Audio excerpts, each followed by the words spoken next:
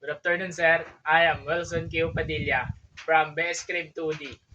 At ngayon, pag-uusapan natin ang Security Sector Reform o mas kilalang SSR. Ano nga ba ang SSR at kung paano ito nakakatulong sa ating bansa at sa mga mamamayan? Ang SSR ay isang pagbabago o isang proseso upang mapaganda ang isang bansa at seguridad ng mga mamamayan. Layunin nito ang kaligtasan ng mamamayan, hindi lamang sa mamamayan, kundi para rin sa kapayapaan ng ating bansa. Isa rin sa mga layunin ng SSR ay magkaroon ng ligtas, matatag, at makatarungang lipunan.